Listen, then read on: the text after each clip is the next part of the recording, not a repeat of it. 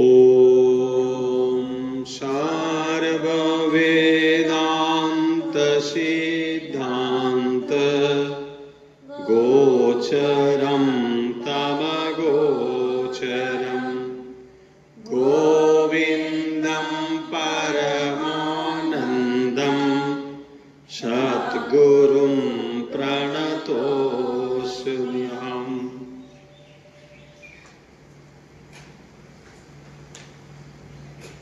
বিবেক চূড়ামণির আমরা বেশ কয়েকটি শ্লোক ইতিমধ্যেই আলোচনা করেছি এবং তার ফলে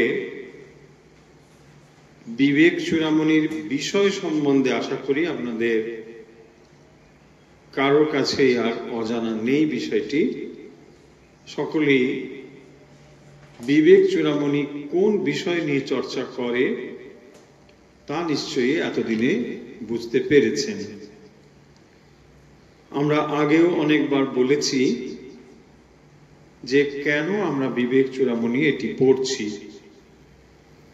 স্বাভাবিকভাবে আমাদের মনে হতে পারে যে যদি ধর্মই লাভ করতে চাই বা ভগবান লাভই যদি জীবনের উদ্দেশ্য হয় তাহলে সেই বিষয়েই চর্চা করা ভালো। কেন আমরা এই সমস্ত কঠিন বেদান্তের বিষয় চর্চা করব? আসলে যে কথাটি বলা হয়েছে বা আমরা বারবার বলি ভগবান লাভই জীবনের উদ্দেশ্য, এ বিষয়ে কোনো সন্দেহ নেই, এটা একদম ঠিকই কথা। কিন্তু এই সিদ্ধান্তে পৌঁছতে গেলে বিচার বিশ্লেষণের ভেতর দিয়ে যেতে হবে। যদি আমরা বিচারের ভেতর দিয়ে না গিয়ে কেবল ইমোশনের উপরে ভিত্তি করে কোন একটি সিদ্ধান্ত গ্রহণ করি তাহলে সেই সিদ্ধান্ত দীর্ঘদিন স্থায়ী হতে পারে না। তাই প্রাথমিক স্তরে আমরা যাকে ভক্তি বলে বলি আসলে সেটি খানিকটা ইমোশন। সেই ইমোশন যখন পলিশড হয় তখন তাকে আমরা বলি ডিভোশন। তাই ডিভোশনে পৌঁছতে গেলে কেবল ইমোশনের উপর ভিত্তি করে হবে না, সেই জন্য বিচার করে দেখতে হবে। বিচার করে তাকে পাওয়া যাবে না এ কথাও আপনারা কথা নিশ্চয়ই পড়েছেন। কিন্তু বিচার করে পাওয়া যাবে না ঠিক, কিন্তু বিচার করে যতদূর যাওয়া যায় ততদূর যেতে নিষেধ করা হয়নি। বুদ্ধি সর্বত্র যেতে পারবে না, কিন্তু বুদ্ধি যতদূর যেতে পারে ততদূর নিশ্চয়ই আমরা বিচার করে দেখব, এটা কখনো কোথাও নিষেধ করা হয়নি। ফলে বিচার বিশ্লেষণের একটি জায়গা কিন্তু থেকেই যাচ্ছে এবং এই বিচারের উপরে যদি আপনার সিদ্ধান্ত প্রতিষ্ঠিত হয় তাহলেই আপনি ধরে নিতে পারেন আপনার একটা স্থায়ী ভিত্তি তৈরি হলো। সেই জন্যই যে কোনো আধ্যাত্মিক জীবনের একটি স্থায়ী ভিত্তি দরকার এবং তা যদি বিচার বিশ্লেষণের উপর প্রতিষ্ঠিত হয় তাহলে ধরে নেওয়া যায় যে তা একটি দীর্ঘস্থায়ী মেয়াদে পরিণত হবে। ঠিক এই কারণের জন্যই আমরা এই বিবেক চূড়ামণি কষ্ট করে হলেও এই বিষয়গুলো চর্চা আমরা করছি, যাতে করে আধ্যাত্মিকতা বা আপনার ধর্মজীবন কোনো একটি নিছক ইমোশনের উপর যাতে প্রতিষ্ঠিত না হয়। আপনি একদিন ভাবলেন আধ্যাত্মিক জীবন যাপন করব, দীক্ষা গ্রহণ করলেন, তারপর এটা ওটা করছেন ছুটছেন, কিন্তু আসলে যদি এই বিচার বিশ্লেষণে আপনার জীবন প্রতিষ্ঠিত না হয় তাহলে বোধহয় খুব একটা উপকার হবে না। মানে ছোটাছুটি সার হবে জীবনের ব্যাপারগুলো সম্বন্ধে। যদি অন্য কিছু একটা কিছু হয় তখন দেখবেন এই সব ইমোশন ধুয়ে মুছে সাফ হয়ে যাবে। সেই জন্যই এর যে একটা দৃঢ় ভিত্তি রয়েছে সেইগুলোর উপরেই আপনার ধর্মজীবনটিকে স্থাপন করতে হবে। তাই দেখবেন আচার্য শঙ্কর, যিনি বেদান্তের একজন আচার্য পুরুষ, তো তিনি এইগুলো আমাদের কাছে এই জন্য দিয়েছেন যে বিচার বিশ্লেষণ করে যতদূর আমরা যেতে পারি নিশ্চয়ই এটা আমাদের যেতে হবে। তারপরেও রাস্তা বাকি থাকবে। বিচার মানে একটা সিদ্ধান্ত তৈরি করা, সেই সিদ্ধান্তেই সব নয়, এটা শাস্ত্র নিজেই বলেছেন। তবুও আমরা বিচার করে করে সেই সত্যটিকে যতদূর জানা যায় তা জানার চেষ্টাই হলো বিবেক চূড়ামণির কাজ। আমরা যে জায়গায় ছিলাম আপনাদের নিশ্চয়ই মনে থাকবে, আমরা 265 এইরকম শ্লোকের আলোচনা করছিলাম। 265, আচ্ছা 67 পর্যন্ত হয়েছে। তো 267-এ এই কথাই বলা হয়েছিল, 266 and 67, যেখানে এই বিষয়গুলো চলছিল যে আমাদের কেন সতর্ক থাকতে হবে। অর্থাৎ এই দেখুন, আপনি বিচার করে বুদ্ধিতে একটা ধারণা আপনি করতে পারলেন, কিন্তু এই ধারণা তখনই আপনার কাছে দৃঢ় ভিত্তিতে প্রতিষ্ঠিত হবে যদি এগুলোকে নিরন্তর আপনি অভ্যাস করেন, নিরন্তর এগুলোকে মনে রাখেন, বিচার করেন। সেই জন্য আচার্য এখানে খানিকটা সতর্ক করে দিয়েছেন যে এই যে আত্মজ্ঞান আমরা যেন বই পড়ে যা বুঝলাম, মানে এটা যেন না বুঝি যে সব হয়ে গেল, কারণ যখন বিপরীত পরিবেশ এসে উপস্থিত হবে তখন আর এই জ্ঞানগুলো যেন আমাদের কাছে মূল্যহীন হয়ে যাবে। সেই জন্যই বলছেন খুব সাবধানে এগুলোকে সতর্কভাবে এগুলোকে তুমি চর্চা করো, এগুলোকে রাখো, এবং এগুলোকে এগোতে হবে আরো গভীরভাবে। সেই কথাগুলোই এখানে বলেছেন। জ্ঞাতে বস্তুনি অপি বলবতী বাসনাদি এরেশা, এশা বাসনাদি। তো এই যে সমস্ত বাসনাগুলো আমাদের রয়েছে, সেই বাসনাগুলো কি হয় না, এত দৃঢ়মূল হয়ে রয়েছে বাসনা, যে যার যেন কোনো আদি নেই, জন্মচক্র এইভাবেই যেন সেটা ঘুরছে। সেই জন্য বলছেন যে এই বাসনার অপনয়ন করতে যত্নশীল হতে হবে। এখন প্রশ্ন হতে পারে যে এই বাসনাগুলোকে সরানোর কথা এখানে কেন বলছেন। এই জন্য বলছেন যে বাসনাগুলো যদি আমরা যথেচ্ছভাবে তাকে ব্যবহার করতে থাকি, বা বাসনা পরিতৃপ্তির জন্য যা যা করবার সেগুলো করতে থাকি, আর আধ্যাত্মিক জীবন যেমন ভাবে অগ্রসর হচ্ছে সেভাবেই যদি অগ্রসর হব বলে ভাবি, তাহলে দুটো জিনিস হবে না। এটাই হচ্ছে মূল কথা। তাই বিচার করে করে যে বাসনাগুলোকে আমরা সরাতে চেষ্টা যেন করি, এখানে আচার্য সেই কথাটি বলছেন। জ্ঞাতে বস্তুনি অপি, জ্ঞাতে বস্তুনি অপি মানে আপনি সিদ্ধান্তটা জানলেন যে হ্যাঁ আমার লক্ষ্য ভগবান। বস্তু মানে দেখুন শ্রীরামকৃষ্ণ কি বলছেন, ব্রহ্মৈব বস্তু তথা অন্যৎ অখিলম অবস্তু। তো ব্রহ্মৈব বস্তু, ব্রহ্ম হচ্ছে একমাত্র বস্তু, তাকেই লাভ করতে হবে। ঠিক, এটা আপনি বুঝলেন, সমস্ত সিদ্ধান্ত ওই দিকে নিয়ে গিয়েছে, আপনি এটা বুঝে গেলেন। বলছেন তা সত্ত্বেও বলবতী বাসনা, বাসনা এত বলবতী, প্রবল বাসনা রয়েছে যে এইগুলোকে যদি আপনি যত্নশীল না হন, তাহলে কোথায় আপনাকে টেনে নিয়ে চলে যাবে তার কোনো ঠিক ঠিকানা নেই। সেটাই জন্যই বলছেন যে এই বাসনা কি করে না, জন্ম মৃত্যুর চক্রে আমাদের একটা থেকে একটা ঘুরিয়ে নিয়ে চলেছে। তাই আপনাকে চেষ্টা করতে হবে যে এগুলোকে কি করে আপনি হ্যান্ডেল করতে পারেন। সেই জন্য বলছেন বস্তুনি জ্ঞাতে আপি, বস্তু জ্ঞান হলেও কর্তা ভোক্তা অপি অহম ইতি, মানে আমি কর্তা আমি ভোক্তা, এই যে ভাবগুলো আমাদের ভেতরে রয়েছে, এষা দৃঢ় বলবতী অনাদি বাসনা। এই সমস্ত বাসনাগুলো কিরকম, বাসনা স্ত্রীলিঙ্গ বলে এষা দৃঢ় বলবতী, এসব স্ত্রীলিঙ্গ শব্দ এসেছে। অনাদি এগুলো হচ্ছে দৃঢ়মূল বলবতী বাসনা। ইয়া আসস্য সংসার হেতু, এবং এটি হচ্ছে সংসারের হেতু। তার মানে জন্ম মৃত্যুর এই যে সংসার চলছে, সেখানে এই বাসনাগুলি তার মূল হেতু। আত্মনি নিবসতা, নিজের আত্মার অবস্থিত থেকে প্রযত্নাৎ অপনীয়, বিশেষ করে এগুলোকে দূর করবার জন্য চেষ্টা করতে হবে। ইহা ইয়ৎ বাসনা তানবন, বাসনার ক্ষয় যদি হয়, তৎ মুক্তিম, সেটি মুক্তি। মুনয় প্রাহ, মুনি বলেছেন, ঋষিরা বলেছেন যে তাহলেই এটা হবে। দেখুন সৃষ্টি মাও বলছেন নির্বাসনা হলে এখনই হয়। ফলে বাসনার মুক্তি হচ্ছে আমাদের এই যে জন্ম মৃত্যুর পারে আমরা ঘুরছি, তার ব্যাপার হচ্ছে বাসনা, এবং এই অনাদি বাসনা আমাদের পেছনে রয়েছে। এবং এত বাসনা, তার ওপরের অংশগুলো হয়তো খুব সামান্য রূপে আমরা দেখতে পাচ্ছি, দেখতে যেগুলো পাচ্ছি না এরকম আরো অসংখ্য বাসনা আমাদের মধ্যে রয়েছে, কেবলমাত্র সেগুলো প্রকাশের অপেক্ষায়। কিন্তু আমরা মনে মনে ভাবছি বোধহয় আমার কোনো বাসনা নেই। সিচুয়েশন এলে পরে বাসনা তখন বোঝা যাবে কিরকম বাসনা আছে কি নেই। প্রচুর পরিমাণে এরকম বাসনা। সেই জন্য এখানে বলছেন যে আত্মস্বরূপে স্থিত হতে হবে। তার মানে এই জ্ঞানে স্থিত হতে গেলে বাসনাগুলোকে সরাতে হবে। অনন্ত বাসনা, দেখবেন শ্রীরামকৃষ্ণ কি বলছেন যে অনেক বড় বড় বাসনা বিচার করে সেগুলোকে সরিয়ে দিলাম, ছোট ছোট বাসনাগুলোকে একটু নিয়ে ভোগ করে নিলাম।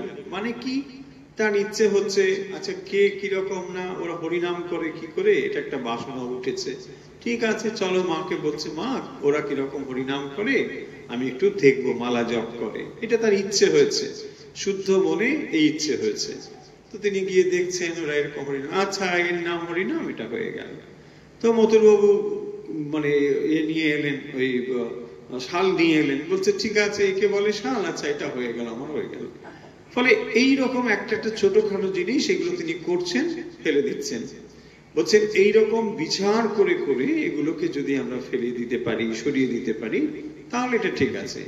আর তা না হলে কি হবে, এর চাকায় আমাদের অনন্ত কাল ধরে ঘুরতে হবে। তাহলে এই বুদ্ধি স্থির হলো, সব বিচার বিশ্লেষণ আমরা করলাম, ভগবানই চরম লক্ষ্য, এত সব বিচার শুধু তাই নয়, আরো কত বিচার হলো, জীব ব্রহ্মৈব না পর, জীব এবং ব্রহ্মের ঐক্য, তাও আমরা বিচার করে জেনে নিলাম। এত কিছু করবার পরেও বলা হচ্ছে যে এই জ্ঞানে প্রতিষ্ঠিত থাকতে হলে বাসনাকে সরাতে হবে। কারণ অনন্ত বাসনা, তাকে যদি তুমি চরিতার্থ করতে দাও তাহলে সে শেষ হবে না। বলছেন ঘি দিয়ে কখনো ঘিকে নির্বাপিত করা যাবে না। ঠিক সেই রকম ভাবে অনন্ত বাসনাকে আমরা অনেক সময় ভাবি বাসনার বোধহয় ভোগের দ্বারাই বাসনার নিবৃত্তি হবে, হবে না। বাসনার নিবৃত্তি কখনো ভোগের দ্বারা সম্ভব নয়। কারণ ভোগ কি করে, অনন্ত বাসনার জন্ম দেয়। ভোগ ছাড়া বাসনার উৎপত্তি হতে পারে না। দেখুন যে জিনিস আপনি ভোগ করেছেন, যা আপনি লাভ করেছেন, যা আপনি তার থেকে সুখানুভূতি লাভ করেছেন, সেই বস্তুর প্রতি আপনার আকাঙ্ক্ষা আছে। অন্য বস্তু যা আপনি ভোগ করেননি তার প্রতি আকাঙ্ক্ষা নেই, তাই না? ধরুন যারা কোনোদিন স্মোক করেননি, কথা এক্সাম্পল হিসেবে বলছি, তার কাছে স্মোক জিনিসটা খুব ভালো না, মানে সে জানে দূর ওটার মধ্যে কি এমন আনন্দ আছে, তাই না? তার কাছে ওটা কিছু নেই। কিন্তু যিনি স্মোক করেছেন তিনি জানেন ভালো কিংবা মন্দ।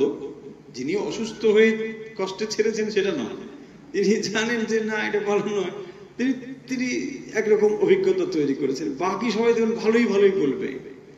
পয়েন্টটা হলো যে বিষয়কে কখনো ভোগের দ্বারা নিবৃত্ত করা যাবে না।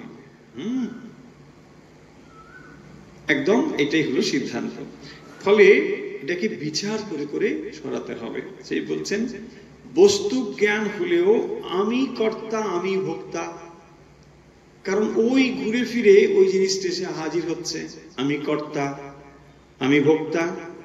এবং সেই কারণের জন্যই ওই বাসনা সেখানে। দেখুন যখনই আপনার এই বাসনার প্রশ্নগুলো আসবে তখনই দেহ সংযুক্ত আমি এই বোধটা জেগে উঠছে।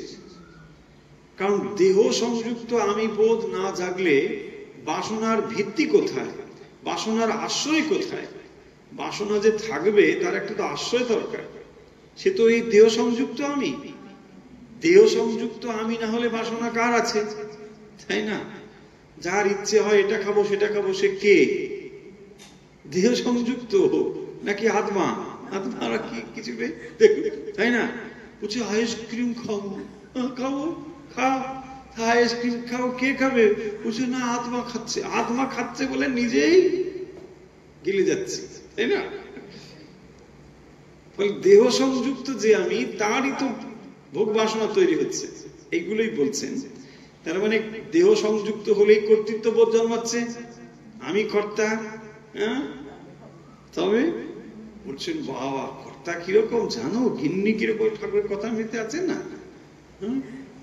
কাঁধে পড়ছে কতগুলো চাবি, গোছা ঝনঝন করছে। আগেকার দিনে এই চিত্র থাকতো, এখন একটা বেশি টিসি নেই। গিন্নিমা গিন্নিমা ভাব, হ্যাঁ, বাপরে বাপ, সবাই তার কাছে গিয়ে বলছে কি চাই কি চাই করছে। এই হচ্ছে কর্তৃত্ব, তাই না? হ্যাঁ, এটা কেন করলে, আমাকে না জেনে, বাপরে বাপ, তাই না? বিশাল ব্যাপার একটা হয়ে যাবে। ফলে এই যে কর্তৃত্ব দেখুন, তাহলে এই কর্তৃত্ব যদি সবসময় থাকে তার ভেতরে, তাহলে আর এই নলেজ কোথায় সেখানে থাকতে পারলো? তার মানে নলেজ যেটা আপনি লাভ করছেন সেটা একদিকে চললো, এটা আর একদিকে চললো। সেই জন্যই বলছেন যে এগুলোকে সতর্ক থাকতে হবে তোমাকে এইগুলোর দিকে। সেই জন্য তত্ত্ববশী এই যে মহাবাক্যগুলো রয়েছে, এইগুলোর উপরে মনকে স্থির রেখে সর্বদাই এই অভ্যাসটি করতে হবে। তাই যত সময় পর্যন্ত বস্তু লাভ না হচ্ছে তত সময় এই বিচার করে যেতে হবে। মানে একবার দুবার পড়ে নিলাম, বাস্তা বিবেচনা পড়া হয়ে গেছে, এটা এই জায়গাটা, তাই না? ও ঈশোপনিষদ কবে শেষ করে দিল, কষ্টোপনিষদ, তাই না? সেই জন্য এইগুলো কোনোদিন পড়ে শেষ করা যায় না। কিছু কিছু বই আছে, ওগুলো জীবনের পর জীবন চলতেই থাকে। ভগবান না করুন আবার যদি আসতে হয়, তাহলে আবার এই কষ্টোপনিষদ, কারণ উপায় নেই। এই কষ্টোপনিষদ আবার এই বেদান্তের জ্ঞান, এ তো আপনাকে চূড়ান্ত অবস্থায় না পৌঁছানো পর্যন্ত এই চর্চা করতেই হবে। এটা খারাপ কিছু নয়, বরং ভালো যে এই সংস্কারগুলো আছে বলেই আবার হয়তো বেদান্ত পাঠের আগ্রহ তৈরি হবে। আর যদি না হয় আগ্রহ তৈরি হবে, বলছি এইসব বেদান্ত মিথ্যে কথা। কত মানুষ আছে জানেন শাস্ত্র বিশ্বাসী নেই, তারা মনে করে শাস্ত্র ভুলভাল কথা বলে। হ্যাঁ, বুঝি না নয়, মানে নিজের অহংকার এত প্রবল হয়ে আছে যে ওগুলো আর সেখানে ঢুকতেই পারছে না। ঢিবি উঁচু হয়ে থাকলে জল দাঁড়াবে, প্রবল হয়ে আছে সেখানে, ঢিবি এত উঁচু, জল সেখানে দাঁড়াচ্ছেই না। আমি কি কম বুঝি? বুঝছি আপনি কি মশাই বলছেন? আমার নামের শেষে কতগুলো আছে জানেন, ABCD EFG সব লেখা আছে, এই শেষ, এইভাবেই চলছে। ফলে এই জিনিসগুলো এখানে পরিষ্কার বলেছে। চলুন এগিয়ে যাই, তাই না? অনেকটা মানে যেতে হবে, অনেকটা যেতে হবে, মানে বিবেক চূড়ামণি অনেকগুলো শ্লোক আছে, মানে এই গতিতে গেলে পরে হবে না, আমাদের একটু গতি বাড়াতে হবে। আমাদের খরগোশ হতে হবে নাকি কচ্ছপ হতে হবে? দেখুন, অহং মমেতি যো ভাব দেহাক্ষা দাবনাত্মনি অধ্যাসো অয়ম নিরস্তব্যো বিদুষা সাত্মনিষ্ঠয়া। দেহ অক্ষাদো, অক্ষাদো, অক্ষ মানে ইন্দ্রিয়, সোজা কথা। তো দেহ এবং ইন্দ্রিয়, দেহ এবং ইন্দ্রিয়, দেহ অক্ষাদো অনাত্মনি অহং মম ইতি ভাবঃ। সংস্কৃতে এইভাবে বলেছে, আমরা বাংলা করে বুঝে নেব। তাহলে দেহ এবং ইন্দ্রিয়, দেহ বুঝতে পারি, তার সঙ্গে সংযুক্ত আছে ইন্দ্রিয়, জ্ঞানেন্দ্রিয়, কর্মেন্দ্রিয়। বেশ, এইবারে বলছেন দেহ এবং ইন্দ্রিয় আদি অনাত্মনি। অনাত্মনি মানে যেটি অনাত্ম বস্তু, সেই অনাত্ম বস্তুতে অহং মম ইতি ভাবঃ, অহং মম ইতি ভাবঃ, যে আমি আমার বোধ, অয়ম অধ্যাস, এটাই হচ্ছে অধ্যাস। অধ্যাস শব্দটি আপনাদের আগে বলা হয়েছে। হ্যাঁ, অধ্যাস, অধ্যাস কাকে বলে? অধ্যাস থেকে যে অধ্যাস্ত, অধ্যাস মানে একটা জিনিসকে আমরা অন্য জিনিস বলে দেখছি, হ্যাঁ, তাকে বলা হবে অধ্যাস। কিরকম? সেই পুরনো এক্সাম্পল, যদি আমরা দেখছি দড়িটা রয়েছে কিন্তু সাপ দেখছি, আমরা দেখুন একটা জিনিসে অন্য একটা জিনিসের কল্পনা করা বা ভাবনা, তাকেই বলা হচ্ছে অধ্যাস। তাহলে এখানে কি অধ্যাস দেখুন, এটা লাগান অনাত্মনি, মানে অনাত্ম বস্তুতে। কোনগুলো অনাত্মনি? দেহ ইন্দ্রিয়, এটা অনাত্ম। কেন এটা অনাত্ম? আত্ম আর অনাত্ম তফাৎ কি? একটা জড় ধর্মী, একটা চেতন ধর্মী। এটা যে তাহলে চেতন ধর্মী, আপনি তো বলবেন এটা তো চেতনই দেখাচ্ছে, তো আমার জড় এবং ইন্দ্রিয় তো মন আর শরীর আর ইন্দ্রিয়কে তো জড় মনে হচ্ছে না, চেতনই তো। চেতন আছে বলে এটা চেতন মনে হচ্ছে, কিন্তু এই চেতনই হচ্ছে সত্যিকারের, এটা চেতন নয়। তাই বলছেন অহং মম ইতি ভাব। তাহলে এই দেহটাকে কি মনে হচ্ছে? অহং মনে হচ্ছে। দেখুন, অহং আর মম এই দুটোর মধ্যে কি রকম ভাব তৈরি হচ্ছে? অহং মানে হচ্ছে আমি, মম মানে হচ্ছে আমার। তাহলে অহং মম এই যে ভাব তৈরি হচ্ছে, এর ভিত্তি হচ্ছে কি না? সেটা হচ্ছে অধ্যাস। তাহলে যে বস্তুটি আপনি নন, সেই বস্তুতে আমি বোধ তৈরি করার নাম অধ্যাস। হচ্ছে যেটা আমি নই। কি মজাটা দেখুন, এই দেহ ইন্দ্রিয়ের মধ্যে চৈতন্য আছেন, সেই চৈতন্য আছেন মানে আপনি সেই চৈতন্য। অথচ দেহ এবং ইন্দ্রিয়কে আমি বলে বোধ হচ্ছে। তাহলে অনাত্মনি অহং মম ইতি ভাবঃ, যেটি অনাত্ম বস্তু সেখানে অহং মম ইতি ভাব, সেটাকে অহং বলে বোধ হচ্ছে, এটা আমি এই বোধ হচ্ছে। ভাব অয়ম অধ্যাস, এটাকেই বলে অধ্যাস। দেখুন, তাহলে আমরা একটা ভুল জিনিসের উপরে যদি সত্য বলে ধরে নিই, তাহলে বাকি সমস্ত কিছু ভুল হবে কিনা? যদি দুটো জিনিসই থাকে, ধরুন একটা রয়েছে দড়ি, একটা রয়েছে সাপ। হ্যাঁ, এখন আপনি দড়িটাকে দড়ি বলুন, সাপটাকে সাপ বলুন, তাতে কোনো সমস্যা নেই, তাই না? দড়িটা দড়ি, সাপটা সাপ, কোনো সমস্যা নেই। কিন্তু যদি দড়িটাকে সাপ বলি, কারণ সাপ একটা রকম জিনিস, দড়ি আর একটা রকম, দড়ির বৈশিষ্ট্য একরকম, সাপের বৈশিষ্ট্য আর এরকম, তাহলে দড়িটাকে আমি সাপ বলছি। এইটাই হচ্ছে মূল জায়গা, এটাকেই বলা হচ্ছে অধ্যাস। এইবারে বলছেন স্ব আত্মনিষ্ঠয়া বিদুষা নিরস্তব্য। দেখুন, স্ব আত্মনিষ্ঠয়া, নিজ চেষ্টার দ্বারা, স্ব আত্মনিষ্ঠয়া বিদুষা, বিদ্বান আত্মজ্ঞ পুরুষের দ্বারা, বিদুষা নিরস্তব্য, নিরসন করা কর্তব্য। তাহলে এই যে অধ্যাসটি হয়েছে, একটা অনাত্ম বস্তুতে আমি বোধ হয়েছে, এইটি কি করে যাবে? তাই বলছেন স্ব আত্মনিষ্ঠয়া।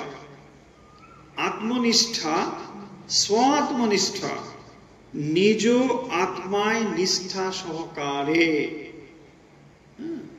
শ্রদ্ধা সহকারে, নিষ্ঠা সহকারে। আত্মশ্রদ্ধা, আত্মনিষ্ঠা একই কথা। এইটি সহকারে বিদুষা মানে আত্মজ্ঞ পুরুষের দ্বারা, বিদুষা নিরস্তব্য, এটাকে নিরসন করতে হবে। দেখুন, যখন আপনার দড়িকে সাপ মনে হচ্ছিল, হয়তো আমাদের দড়ি সাপ, আমরা একটা ট্র্যাডিশনাল এক্সাম্পল হিসেবে বলছি, যে কোনো জিনিসে কখনো একটা জিনিস হয়তো কোনো একটা ফাটল, তাকে আপনার মনে হচ্ছে বোধহয় সাপটা গেল নাকি কি একটা, হয় না? এ তো আমাদের বাস্তব জীবনেই হয়, প্রতিদিনের জীবনে হয়। তার মানে একটা জিনিসকে অন্য জিনিস বলে মনে হচ্ছে। এই যে একটি জিনিসকে অন্য জিনিস বলে মনে হচ্ছে, এটা কিভাবে নিরসন হতে পারে, কি করে হতে পারে? দেখুন এখানে কি বলছেন, এক আত্মনিষ্ঠয়া, তার মানে আপনার জ্ঞান লাভের চেষ্টা থাকতে হবে, যে ঠিক কোন জিনিসটা ঠিক আমি জানতে চাই। এইটা যখন আপনি জানবার আগ্রহ করবেন, তখনই বলছেন বিদুষা। বিদুষা মানে গুরুর কৃপা। বিদ্যমান ব্যক্তি, গুরু, তিনি জ্ঞানবান, তিনি এসে আপনাকে বলবেন। তাহলে আপনি লৌকিক জীবনে কি দেখেন? এই আরে বুঝতে পারছি না, এটা দড়ি না সাপ, দেখো তো অন্ধকার কি হয়েছে, আরে দাঁড়ান দাঁড়ান, যাবেন না, সাবধান, আমি আলো নিয়ে যাচ্ছি, হয় না?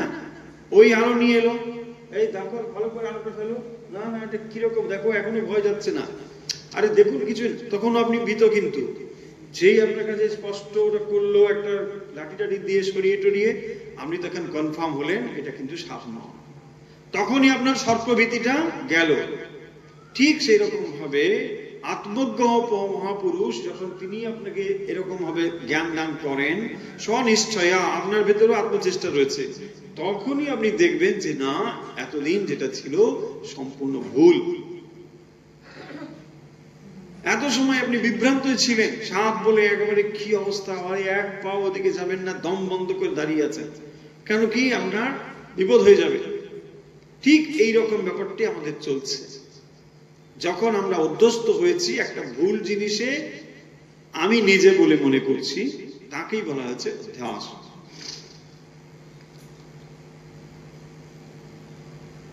তাহলে 268 এর অর্থ হচ্ছে, আমরা সহজেই বুঝতে পারলাম, দেহ অক্ষাদৌ অনাত্মনি অহং মম ইতি যে ভাব, এই যে ভাব, অয়ম অধ্যাস, এই অধ্যাস স্ব আত্মনিষ্ঠয়া বিদুষা নিরস্তব্য, এইটাকে নিরসন করতে হবে, এই অধ্যাসটিকে সরাতে হবে। তাহলে অহং মম কোথায় করছি আমরা? দেহ এবং ইন্দ্রিয়ে। দেহ এবং ইন্দ্রিয় এটা অহং মম করছি কেন না? অনাত্ম বস্তুতে আত্ম বলে ভাবছি, যেটা আমি নয় সেটাই আমি ভাবছি, তাই না? এই সমস্যাটা এখানে চলছে। এইটাকে দূর করবার জন্য তোমাকে চেষ্টা করতে হবে। সো আত্মনিষ্ঠয়া জ্ঞাত্বা সম প্রত্যগাত্মানম বুদ্ধি তদ্বৃত্তি সাক্ষিণম সো অয়ম ইত্যেব সদ্বৃত্ত্যানাত্মনাত্মমতিম যহি। এর অর্থ 269, আমরা এগিয়ে যাচ্ছি। বুদ্ধি তদ্বৃত্তি সাক্ষিণম, তাহলে কি করে এটা করবেন? বুদ্ধি এবং তার সমস্ত বৃত্তির সাক্ষী স্বরূপ, বুদ্ধি এবং তার সমস্ত বৃত্তি, প্রত্যক আত্মানম জ্ঞাত্বা, প্রত্যক আত্মানম মানে নিজেকে জেনে, স অহম ইতি এব সেই তিনি আমি এই ভাব নিয়ে, সৎ বৃত্ত্যা প্রজ্ঞা সম্পন্ন বৃত্তির দ্বারা, অনাত্মনি অনাত্ম বস্তুতে, আত্মমতিম আত্মবুদ্ধি জহি বিনষ্ট করো।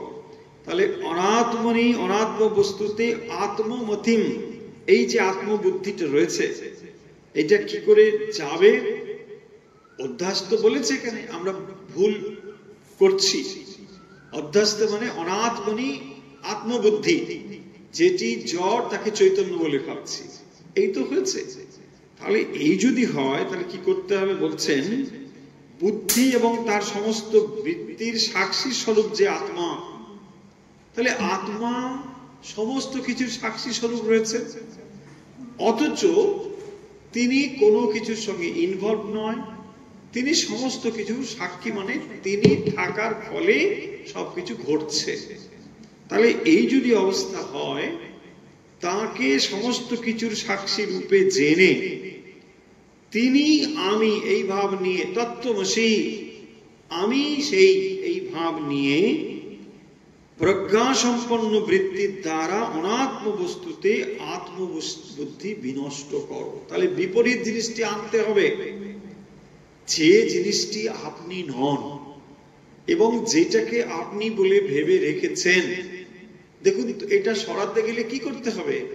তাহলে যেটা তুমি সেটাই ভাবো, এই তো সোজা কথা, এটাই বলছে, আর কিছু।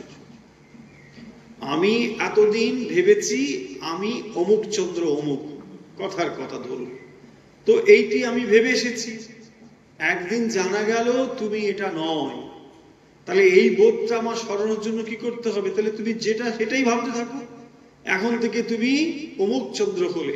বলছে হ্যাঁ তাই হয় না, মানুষের দেখুন নাম পরিবর্তন করে। হ্যাঁ, আপনি এই আইন বলে অমুক চন্দ্র রূপে আগামীকাল থেকে প্রতিষ্ঠিত হবেন, কাগজে খবরে বিজ্ঞাপন দিয়ে দাও, আপনি তাই হয়ে গেলেন।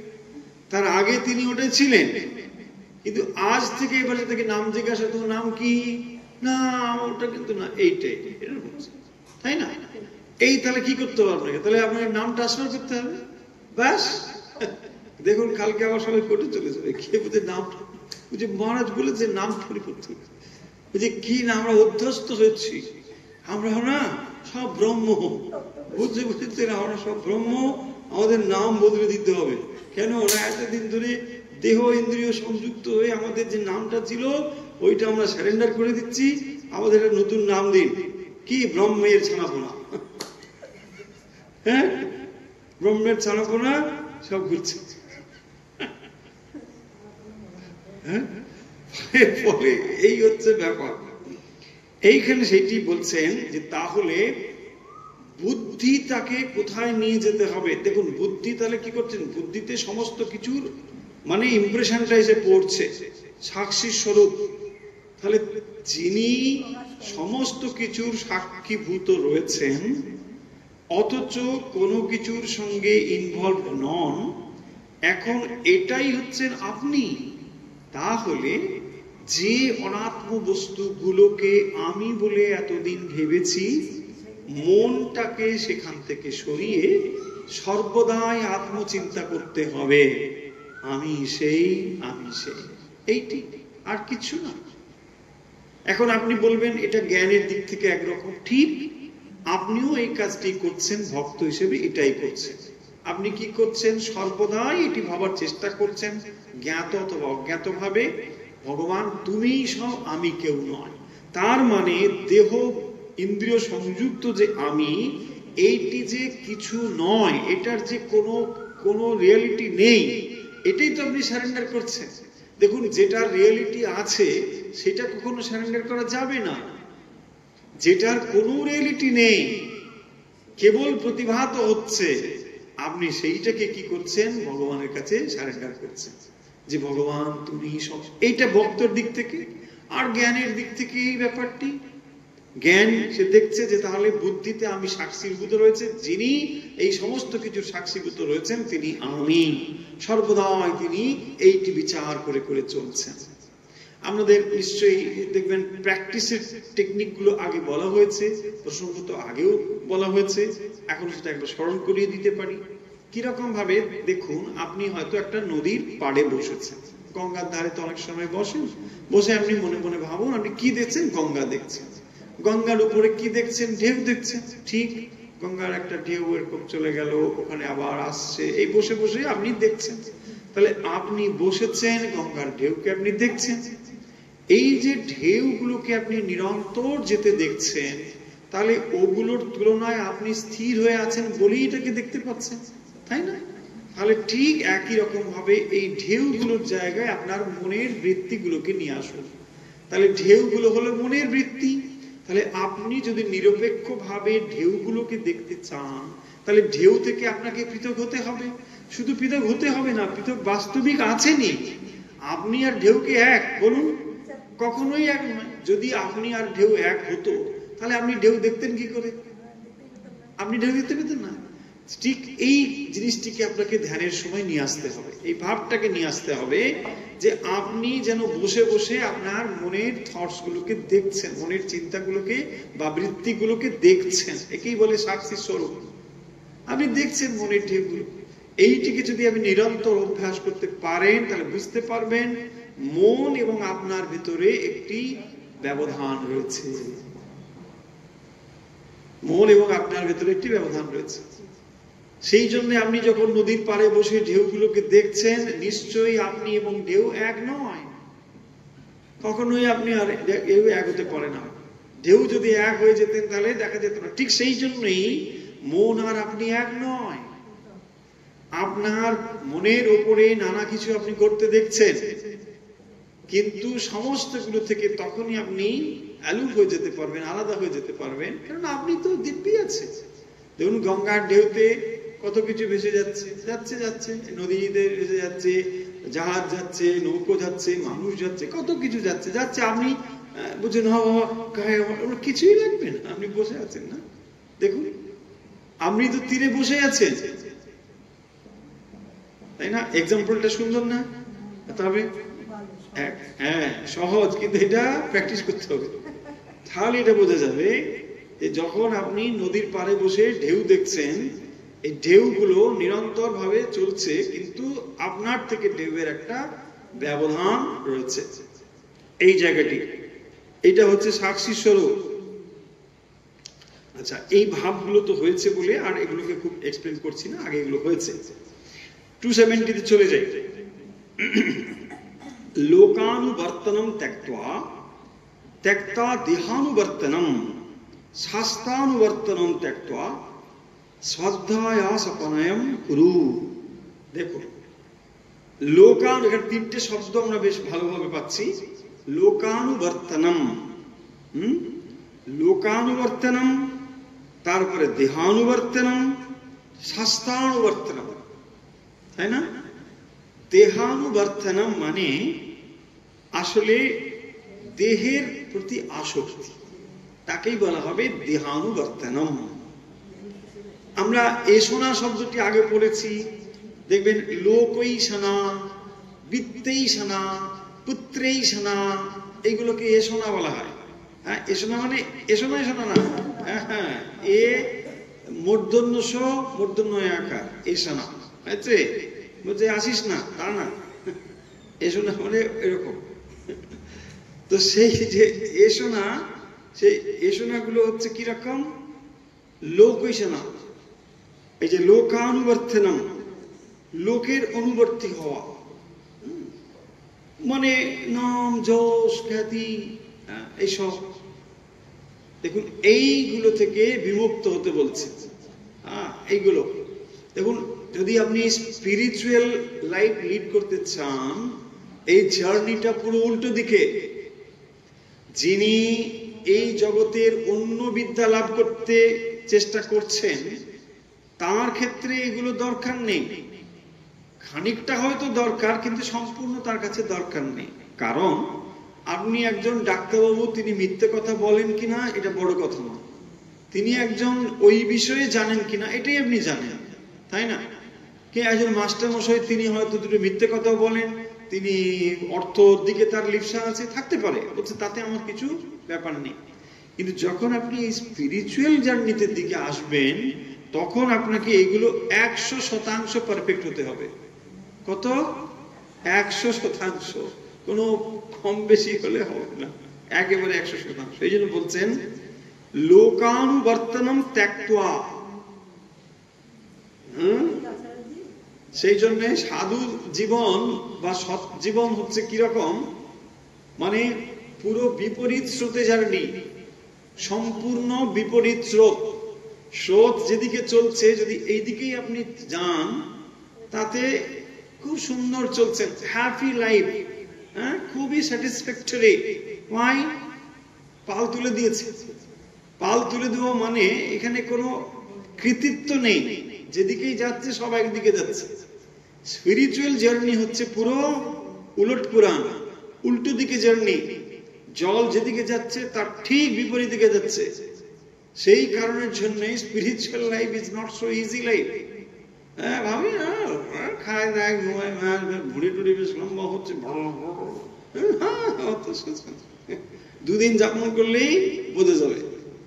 লোকানুবর্তনম ত্যক্ত্বা, যখন দেখুন আপনি লোকানুবর্তনম মানে সমস্ত কিছু নেম ফেম যশ খ্যাতি প্রতিপত্তি সব থেকে উল্টো দিকে যাচ্ছে। আর স্বাভাবিক গতি কি এগুলোই।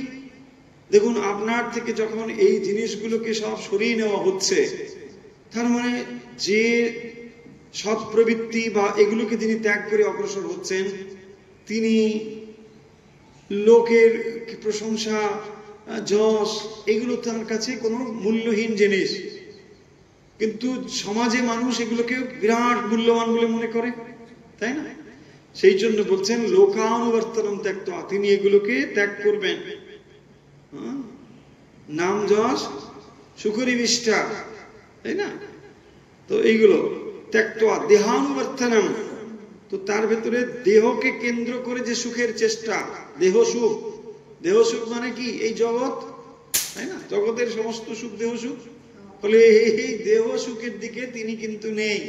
ত্যক্ত্বা দেহানুবর্তনম ত্যক্ত্বা শাস্ত্রানুবর্তনম ত্যক্ত্বা। আরে বাবা, এই কথাটা আগে বললে ভালো হতো, তাহলে শাস্ত্র শাস্ত্রানুবর্তনম ত্যক্ত্বা মানে কেবল পাণ্ডিত্য লাভের চর্চা। দেখুন, এর থেকে ভুল বুঝবেন না। অনেকে আছে দেখবেন এই শাস্ত্র পাঠ করেই পিএইচডি অমুক তমুক পোস্টডক করেই যাচ্ছেন। আসলে যে শাস্ত্রের বিষয়গুলো সেদিকে ঢোকার কোনো চেষ্টা নেই, কেবল তিনি ওই করেই যাচ্ছেন। এই কথাটাই বলা হচ্ছে, তারা শাস্ত্রকে নিয়ে একটা ভোগ করছেন। শাস্ত্র একটা ভোগের বিষয় হয়ে গেল, কারণ শাস্ত্র অধ্যয়ন করে তিনি ওখানে নেম প্লেটে লিখে রেখেছেন পিএইচডি, কি করে? বিবেকানন্দ গবেষণা করে। দেখো, ওটা ভোগ। কিন্তু এই জায়গাগুলো বুঝুন ভালো করে। এটাকে বলছেন ত্যক্ত্বা। যদি ওগুলোকে আপনি ত্যাগ না করতে পারেন, আপনার স্পিরিচুয়াল জার্নি নৈব চ। শাস্ত্র পাঠ করলে শাস্ত্র যে জিনিসটি নির্দেশ দেয় সেটা, কারণ সব সময় ডিটারমিনেশন, যে দুটো জিনিস মনে রাখবেন, শাস্ত্র লক্ষ্য নয়, শাস্ত্র উপায়। শাস্ত্র কখনো উদ্দেশ্য হতে পারে না, শাস্ত্র হচ্ছে উপায়। যে উপায় যেটা, সেটাকে যদি আপনি লক্ষ্য করে ফেলেন তাহলে গোলমাল হয়ে গেল। এটা উপায়, এটা লক্ষ্য নয়। এই কি করে? বলছে পথ বলে দেয়। তো পথ বলে দিয়ে আপনার নাচানাচির কি আছে? তুমি জার্নি শুরু করো। বলছে না, সে না, আমি পথ নিয়েই আছি, তাই না? তিনি পথের উপরে রিসার্চ করে যাচ্ছেন, করুন, তাতে কোনো আপত্তি নেই। বলছেন স্পিরিচুয়াল জার্নির ক্ষেত্রে এর কোনো ভ্যালু নেই। এটাই বলা হচ্ছে পরিষ্কার। ত্যক্ত্বা সা অধ্যাস অপনয়ন করু। দেখুন তাহলে কোনটি আপনাকে সরাতে হবে, কাজ কোথায় করতে হবে, এফোর্টটা কোথায় দিতে হবে, সেটাই বলছেন যে স্ব অধ্যাস।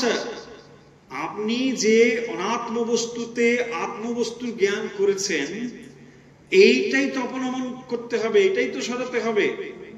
সেইটি যদি না সরানো হলো, তাহলে শাস্ত্র ব্যাসন করে কি লাভ? শাস্ত্র অধ্যয়ন করে কেবল আপনি অপরের কাছে জাহির করছেন, আমি পাণ্ডিত্য জাহির করছি, তাতে কি হবে? খুব ভালো করে এই জিনিসগুলো আমাদের মাথার মধ্যে নিতে হবে। হ্যাঁ, শাস্ত্র পড়ে এটা বোঝা গেল, ঠিক আছে, কিন্তু শাস্ত্রের পর শাস্ত্র পড়ে যাওয়া আর তার মূল জিনিসের দিকে দৃষ্টিপাত না যদি করো, তাহলে কি লাভ? সেই জন্য বলছেন এইগুলোকে ছাড়তে হবে। কোনগুলোকে? লোকানুবর্তনম ত্যক্ত্বা দেহানুবর্তনম ত্যক্ত্বা। তা দেহানুবর্তন মানে দেহের প্রতি যত্নশীল কি হব না? হব, কিন্তু তার মানে দেহ রক্ষার জন্য যতটুকু ঠিক আছে, অতিরিক্ত নয়। অতিরিক্ত মাজা ঘষা অমুক তমুক একেবারে বাপরে বাপ যা নয় সারাদিন ওই চলছে, তাই না? ফলে দেখুন, এই তো আমি তো দেখি না টিভি, শুনি লোকে বলে টিভিতে মানে বিজ্ঞাপন চলছে, কি চুল ভালো রাখার বিজ্ঞাপন, হ্যাঁ, এমুক ভালো রাখার বিজ্ঞাপন, তমুক ভালো রাখার বিজ্ঞাপন। আর তার মানে কি ওই চলছে না? তার মানে ভারতবর্ষের যত সমস্যা সব চুল নিয়ে সমস্যা, তাই না? আমাদের আন্তর্জাতিক সমস্যা চুল সমস্যা। কি করে চুল সাদা থেকে কালো করা যায়, কি লাল থেকে হলুদ করা যায়, এইসব কি আছে না? দেখুন দেহ সব দেহ নিয়েই পড়ে আছে। দেহের যতটুকু প্রয়োজন ঠিক আছে, ততটুকু, অতিরিক্ত নয়। এটাই বলছে লোকানুবর্তনম ত্যক্ত্বা ত্যক্ত্বা দেহানুবর্তনম শাস্ত্রানুবর্তনম ত্যক্ত্বা স্ব অধ্যাস অপনয়ন করু। এইটাকে সরানোর চেষ্টা করতে হবে। তাহলে যেটা আপনার সরানোর জন্য শাস্ত্র তাহলে কি করে আমাকে না, আমার অধ্যাসটাকে সরানোর জন্যে এটাকে শাস্ত্র আমাকে সাহায্য করে, তাই না? শাস্ত্র বলছেন তুমি বিচার করে এটা করো। আমি শাস্ত্র বিচার না করে শাস্ত্রকেই অধ্যয়নের পর অধ্যয়ন করে আমি নিজে একটা প্রতিষ্ঠা লাভ করছি। দেখুন তাহলে শাস্ত্র কি হবে? ব্যবসা হয়ে যাবে, এটাই হয়ে যায়। তাহলে দেখুন, ধর্ম যা আপনি যাপন করার কথা ছিল তা যাপন না করে যদি ধর্মকেই আপনি অর্থ উপার্জনের রাস্তা করে ফেলেন, তাহলে ধর্মের এটা কি যথাযথ ব্যবহার হবে? এইটাই হচ্ছে ব্যাপার। যে বৈরাগ্যের কথা সেখানে রয়েছে, আত্মজ্ঞান লাভের কথা রয়েছে, তার দিকে যদি আপনি দৃষ্টিপাত না করেন তাহলে তার কি মূল্য? এটাই তো বড় কথা। তার মানে দেখুন, এখানেও আপনি পরা অপরার তফাৎটা বুঝতে পারবেন। একটি জিনিস পরা হতে পারে, একটি জিনিস অপরাও হতে পারে। আমি পরা বলছি, পড়া না, হ্যাঁ, হচ্ছে না কাপড় পরা, অমুক পরা, র আর রয়ের সকলমা, এটা হচ্ছে পরা, পরা অপরা। তো তার মানে দেখুন, যখন আপনি কলেজে বিশ্ববিদ্যালয়ে কি পড়ছেন, সেখানেও দর্শন শাস্ত্র পড়ানো হচ্ছে, কিন্তু ওটার লক্ষ্য ভগবান লাভ নয়। হ্যাঁ, পরীক্ষা পাস, ডিগ্রি, ডিগ্রি নিয়ে আবার ছেলেদেরকে ওই ডিগ্রি, আবার ডিগ্রি, ব্যাস এই চলছে, তাই না? তার মানে দেখুন, পরাবিদ্যা হতে পারত, কিন্তু সেটা অপরাধে ট্রান্সফার হয়ে গেছে। সেটা আসলে অপরাধই হয়েছে, সেটা পড়া নয়, কিন্তু এটা অর্থ উপার্জনের রাস্তা। দর্শন শাস্ত্র লিখছেন, তিনি গবেষণা করছেন, দর্শন ছাত্র পড়াচ্ছেন, ওটা একটা ব্যবসা। ব্যবসা শুধু বলবো না, ওটা ওইরকম একটা বিদ্যার চর্চা চলছে। ব্যবসা বলতে কেমন একটু শোনায়, এই চলবে মূলত তাই, কিন্তু একটু ভালো করে বলা হচ্ছে, এই আর কিচ্ছু না। পয়েন্টটা এখানে, যে পয়েন্ট, দেখুন ভুল বুঝবেন না, পয়েন্টটা হচ্ছে যে ওখানে যে জ্ঞানের কথা বলা হয়েছে, যদি তুমি যথার্থ সেটি লাভ করতে চাও, তখনই এটা তোমাকে ত্যাগ করতে হবে। এইটাই। আপনি দর্শন শাস্ত্র নিয়ে চর্চা করুন, তাতে আমার কোনো বক্তব্য নেই। তাতে ডিগ্রি পাবে, সে ছাত্র পড়াচ্ছে, সব ঠিক আছে, তাতে কোনো ক্ষতি কিছু নেই, ঠিক আছে, চলুক। কিন্তু যদি আপনি দর্শন শাস্ত্রের যে লক্ষ্য সেইটি প্রাপ্ত হতে চান, যদি পূর্ণ জ্ঞান পেতে চান, তাহলে আপনাকে এটা করতে হবে। এটাই এখানে বলেছেন। তাহলে তিনটে পয়েন্ট: লোকানুবর্তনম ত্যক্ত্বা দেহানুবর্তনম, ত্যক্ত্বা দেহানুবর্তনম, শাস্ত্রানুবর্তনম। তাহলে শাস্ত্রানুবর্তনম এটাও একটা ব্যাপার, কারণ জ্ঞানের চর্চা কেবল জ্ঞান চর্চা করলেই হবে না। জ্ঞান চর্চা করতে করতে মানুষ অনেক সময় দেখবেন মানে ভক্তিহীন হয়ে পড়ে। হ্যাঁ, বুঝি ও সব দেখেছি, কি দেখেছে দিয়ে পাগল হয়ে গেছে, মাথা খারাপ, মানে ব্যালেন্স করতে পারছে না, কোনো কিছু করতে পারছে না, মানে ভেতরে কামনা বাসনা এত জোর করছে, আর অথচ শাস্ত্র একটু পড়ে মাথাটা গেছে বিগড়ে, ব্যাস। হতে পারে শাস্ত্রানুবর্তনম ত্যক্ত্বা, শাস্ত্র যথাযথ ভাবে পড়লে তবে সেটা ঠিকঠাক ফল হবে। তাই শাস্ত্রের কিছু দোষ নেই, কিন্তু শাস্ত্রকে যেন আমরা ভুলভাবে প্রয়োগ না করি। এইটি করে তাহলে মূল পয়েন্ট যেটা হচ্ছে, আমরা অধ্যস্ত হয়ে আছি। কে বলে অধ্যাস? কাকে বলে অধ্যাস? অনাত্মনি আত্মভাবনা। অনাত্মনি মানে অনাত্ম বস্তুতে, হ্যাঁ, অনাত্মনি মানে দেহ ইন্দ্রিয়। তাহলে দেহটাকে আমি ভাবছি আর ইন্দ্রিয়টাকে আমি ভাবছি। তাহলে যেটা আমি নয় সেটা যদি আমি ভাবি, এবং শুধু ভাবি নয়, তার ফলে আমি সেরকম ব্যবহারও করছি। শুধু ভাবলে তো একরকম, ভাবছি তো তা নয়, ব্যবহারও করছি। তাহলে যে জিনিসটি আমি নয় সেটা আমি করে সেরকম যদি ব্যবহার করি, তাহলে মূল ওই জায়গাটিকে বরং সঠিকভাবে আমাদের জানতে হবে। অর্থাৎ যেটি অধ্যস্ত হয়েছি তাকে আমরা বিপরীত ভাবে যাব। তাহলে সেটাকে বলা হয় অধ্যাস অপবাদ, অধ্যারোপ অপবাদ। এটাকে অপবাদ বলা হয়। শাস্ত্র টেকনিক্যালি ওয়ার্ড হচ্ছে অপবাদ। মানে প্রথম গুরুর কাছে গেলে গুরু কিভাবে, বেদান্তের গুরু কিভাবে শিক্ষা দেবেন, এইটাকে বলা হয় অধ্যারোপ অপবাদ। দেখো শিষ্য, তুমি অধ্যস্ত হয়েছ, অধ্যারোপ হয়েছে তোমার ভেতরে, তোমাকে কি করতে হবে এখন? অপবাদ করতে। অপবাদ মানে দুর্নাম নয়, অপবাদ।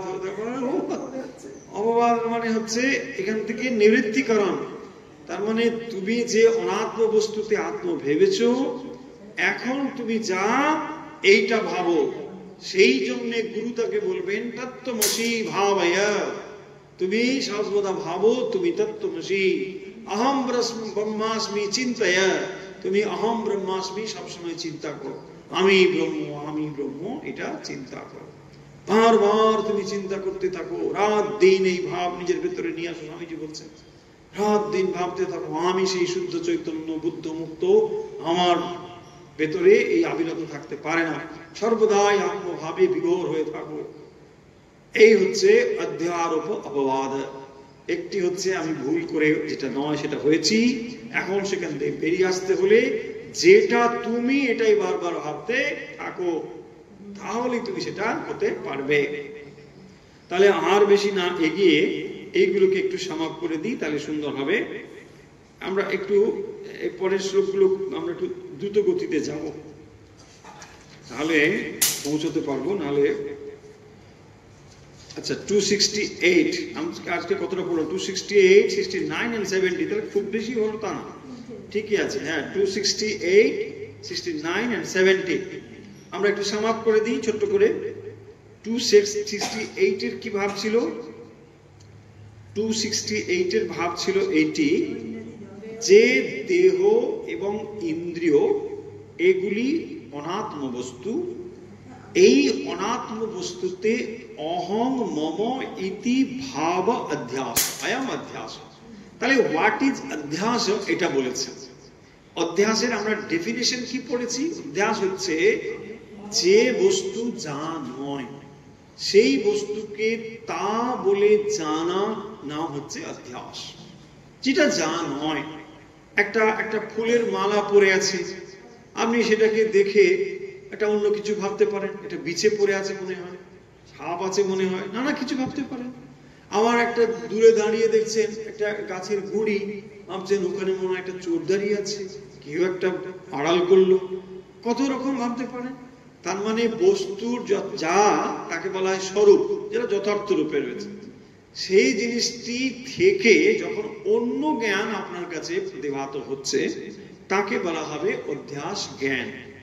এখন দেহ বুদ্ধির ক্ষেত্রে কি হবে সেটা বলছেন, দেহ এবং আত্মাকে যেটি স্বরূপত অনাত্ম, যেটি জড়ধর্মী, তাকে আমি বলে ভাবছি, সেটাই আমি হয়ে গিয়েছি।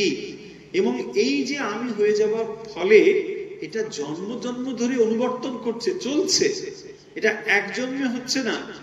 এবং এই অধ্যস্ত হওয়াটা জন্ম জন্ম ধরে ট্রান্সফার হয়ে চলেছে, এই ভ্রান্তিটা চলেছে।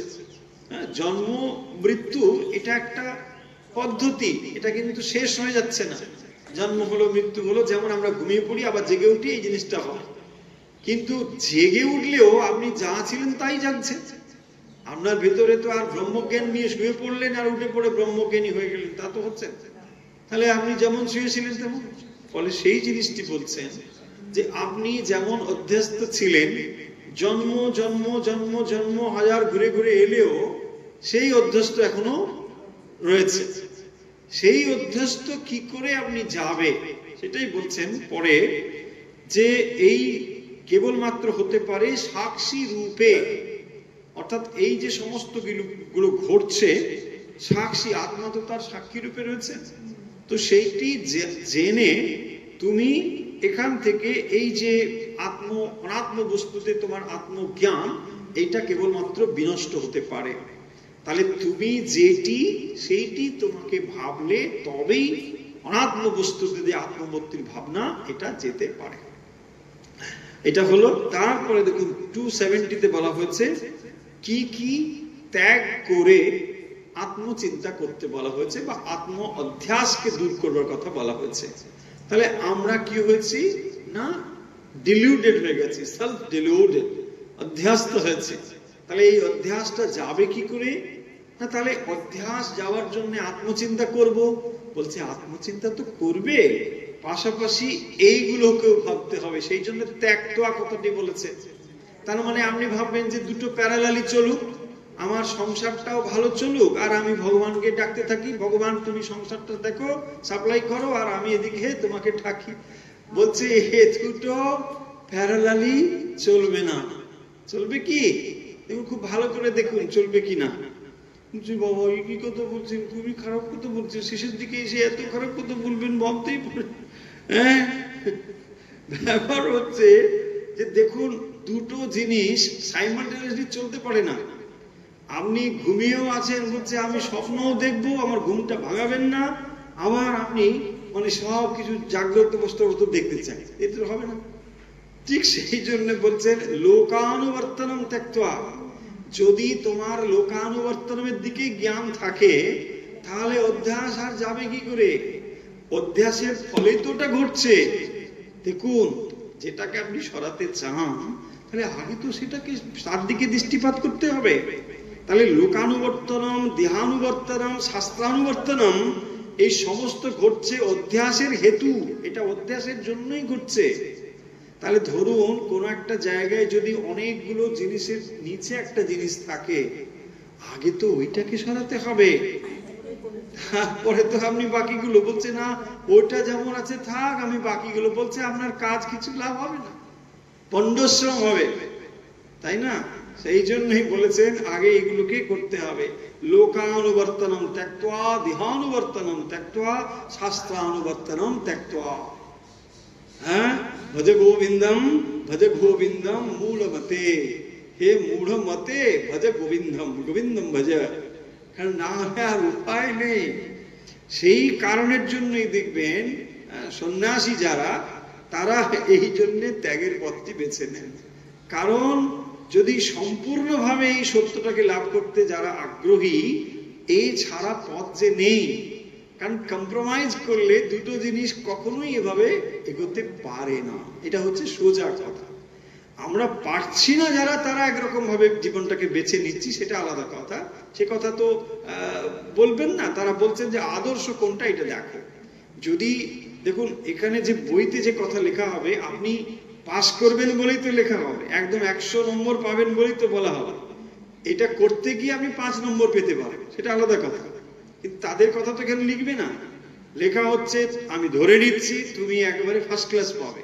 ঠিক যারাই ফার্স্ট ক্লাস পাবে তাদেরকে এটা করতে হবে। আপনি যদি মনে করেন যে না আমার বাবু ফার্স্ট ক্লাস দরকার নেই, আমার কোনো রকম 5 পেলেই আমার যথেষ্ট, ঠিক আছে আপনি সেরকম করুন, সমস্যা নেই, তাই না? যদি আপনি মনে করবেন তাহলে আপনাকে করতে হবে। এটাই বলেছে লোকানুবর্তনম ত্যক্ত্বা, দেহানুবর্তনম, শাস্ত্রানুবর্তনম ত্যক্ত্বা।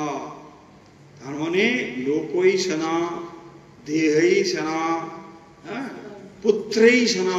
দেখুন পুত্রৈষণা, এই সব এই শোনা পরপর ওখানে আছে, হ্যাঁ, তো সমস্ত আশা।